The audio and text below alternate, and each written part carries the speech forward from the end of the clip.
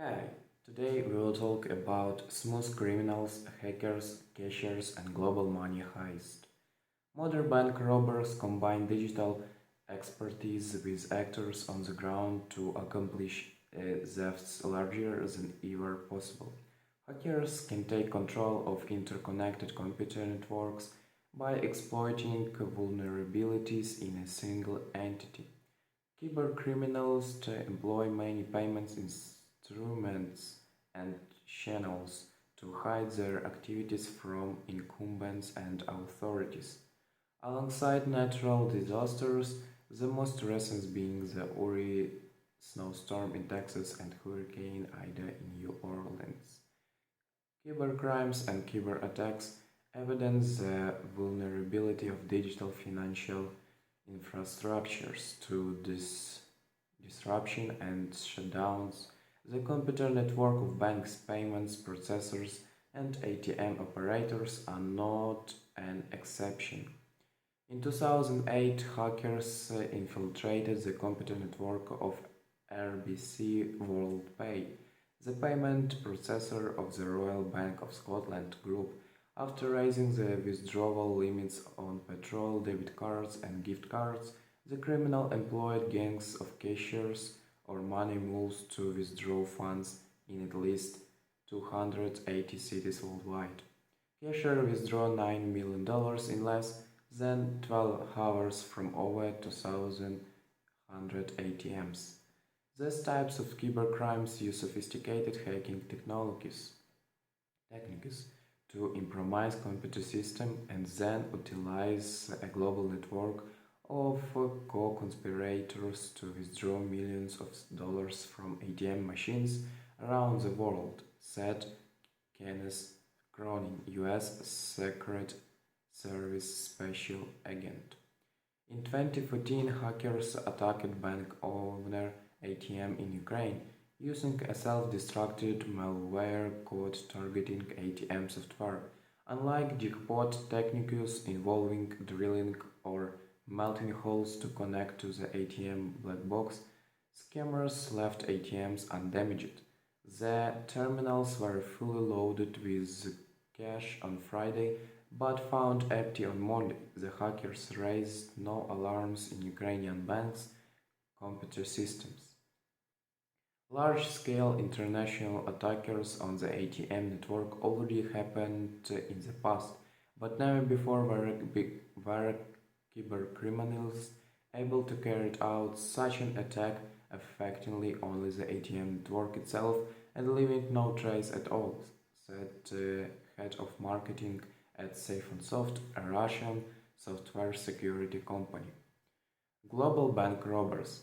Between 2010 and 2013, cyber thieves targeted India and US card processors, banks in the United Arab Emirates, and the ATMs of commercial banks across the world after raising the withdrawal limits for Visa and MasterCard prepaid debit cards. Hackers employed cashiers in at least 24 countries to withdraw funds from ATMs. In 2015, Germany deported the scammer's main suspect to the United States. When you have a scam like this, where the system can be manipulated to quickly get access to millions of dollars that in some sense did not exist before, it could be a systematic risk to our financial system, said a former US cybercrime prosecutor and partner in the law firm Alston and Bird. The Carbanak attacks. Between 2013 and 2016, the Carbanak syndicate targeted banking entities worldwide. First, attackers sent spear phishing emails to unsuspecting bank employees with attachment infected with malware programs Carbanak and Cobalt. When employees opened the attachment, hackers gained access to their bank computer network. Hackers send funds abroad via SWIFT transfers or withdraw them via remotely hacked ATMs. At specific time, unprompted ATMs spit out cash without cards or pins, and cashiers will be ready to collect the funds. Hackers converted cash into crypto assets, buying prepared cards linked to digital wallets. The thefts arose to an estimated 1 billion euro in 2018 after an investigation tying a 2016 accident in Taiwan to Belarus and Spain. Europol arrested the head of the Carbonac syndicate in Alicante. Hackers managed to get access to the whole banking system. They managed to remotely control ATMs and they managed to transfer money from one account to another. Due to the extreme level of complexity, banks did not realize they were coming under attack, said the chief of staff at Kaspersky Lab. North Korea strikes back. North Korean hackers have targeted payment systems worldwide to procure hard currency for the country's military since 2016, when they attempted to steal $951 million from the Central Bank of Bangladesh through computers with swift access. North Koreans sponsored units such as the Beach Boys and the Lazarus Group have become the world's leading bank robbers, said Assistant Attorney General for National Security at the US Department of Justice. North Korean hackers have infected the websites of financial regulators and government agencies, compromising their visitor servers and targeted crypto exchanges.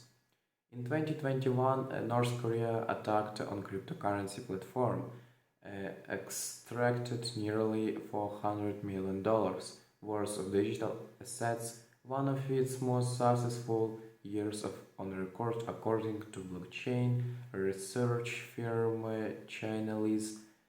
A United Nations panel of experts monitoring North Korea's sanctions has accused Pyongyang of using stolen funds to support its nuclear and ballistic missile program to circumvent sanctions.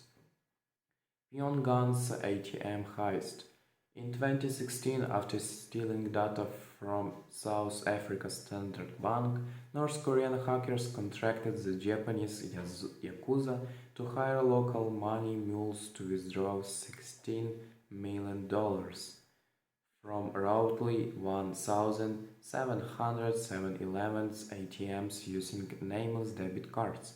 ATMs at 7-Eleven were the only terminals in the country accepting foreign cards. In a 2017 attack, North Korean hackers stealing funds from the Taiwanese Far Eastern International Bank covered their tracks with a fake ransomware attack.